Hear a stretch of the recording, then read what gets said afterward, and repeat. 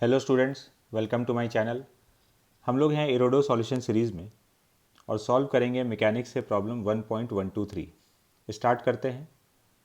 To bars of masses m1 and m2 connected by a non deformed light spring rest on a horizontal plane. The coefficient of friction between the bars and the surface is equal to k. What minimum constant force has to be applied in the horizontal direction to the bar of mass m1 in order to shift the other bar? Situation ये है कि दो blocks है m1 and m2। इन दोनों को एक spring से connect किया गया है।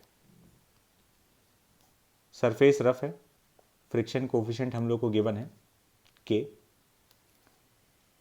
तो हम लोग को ये बताना है कि ब्लॉक 1 पर कितना हॉरिजॉन्टल कांस्टेंट फोर्स लगाया जाए ताकि हम लोग ब्लॉक 2 को शिफ्ट कर सके। मतलब ब्लॉक 2 में स्लाइडिंग स्टार्ट हो जाना चाहिए। तो सिचुएशन यहाँ पर क्या रहेगा, जब हम लोग इस पर फोर्स F लगा रहे होंगे तो ये फोर्स F यहाँ वाले फ्रिक्शन से ज़्यादा होगा, सो दैट ये ब्लॉक स्लाइड करना स्टार्ट करेगा और ये ब्लॉक आगे जाएगा तो फ्रिक्शन स्प्रिंग में एक्सटेंशन आएगा।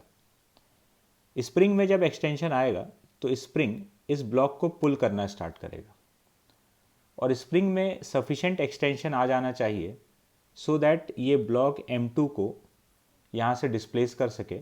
मतलब यहाँ जो मैक्सिमम फ्रिक्शन है उसको ओवरकम कर दे। तो स्प्रिंग फोर्स मैक्सिमम फ्रिक्शन को ओवरकम करने के लायक होना चाहिए। ठीक है, तो हम लोग यहाँ पे फोर्स लगाए F, ऑपोजिट डायरेक्शन में फ्रिक्शन एक्ट कर रहा है F1। इनिशियली इस ब्लॉक का वेलोसिटी 0 है। अब ये ब्लॉक ये फोर्स इस ब्लॉक को पुल करेगा और ये पहले एक्सेलरेट करेगा, एक्सेलरेट करते करते करते फिर रिटार्ड करेगा और रिटार्ड करते करते फिर से रेस्ट पे आएगा। शुरुआत में ये फोर्स डोमिनेट कर रहा होगा, लेकिन जैसे जैसे स्प्रिंग में एक्सटेंशन आते जाएगा तो ऑपोजिट डायरेक्शन में लगने वाला फोर्स बढ़ते जाएगा। तो पहले राइट हैंड साइड का फोर्स ज़्यादा है तो ये ब्लॉक एक्सेलरेट करेगा, फिर लेफ्ट हैंड साइड का फोर्स ज़्यादा हो जाएगा तो ये रिटार्ड करेगा और फाइनली रेस्ट पे आ जाएगा। तो ये फोर्स जो एक्सटेंशन इसमें प्रोड्यूस कर सकता है, मैक्सिमम पॉसिबल एक्सटेंशन जो ला सकता है वो है x, जब ये फाइनली रेस्ट पे आ जाएगा ब्लॉक। तो इस फोर्स ने इसमें एक्सटेंशन प्रोड्यूस किया x और ये एक्सटेंशन इस ब्लॉक को डिस्प्लेस करने के लिए सफिशेंट होना चाहिए।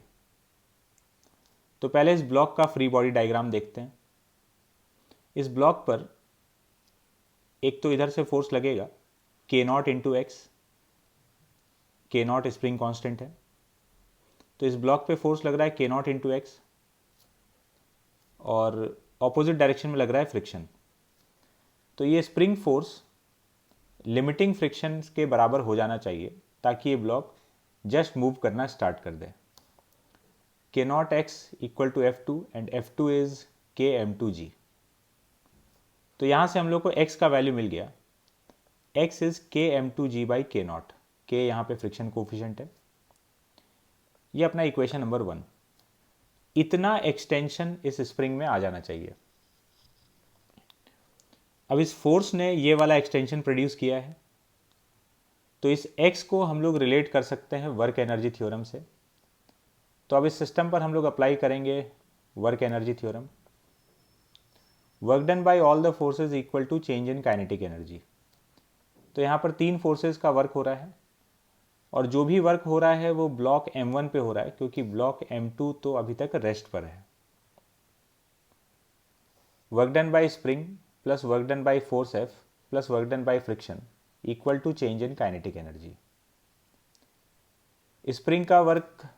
स्प्रिंग एक कंजर्वेटिव फोर्स है तो स्प्रिंग का वर्क हम लोग लिख सकते हैं minus of delta U, negative of change in potential energy. तो minus of half k0 x square minus 0, final potential energy minus initial. Force constant है तो इसका वर्क हो जाएगा force into displacement F into x. Friction भी constant force है, friction opposite direction में act कर रहा है इधर।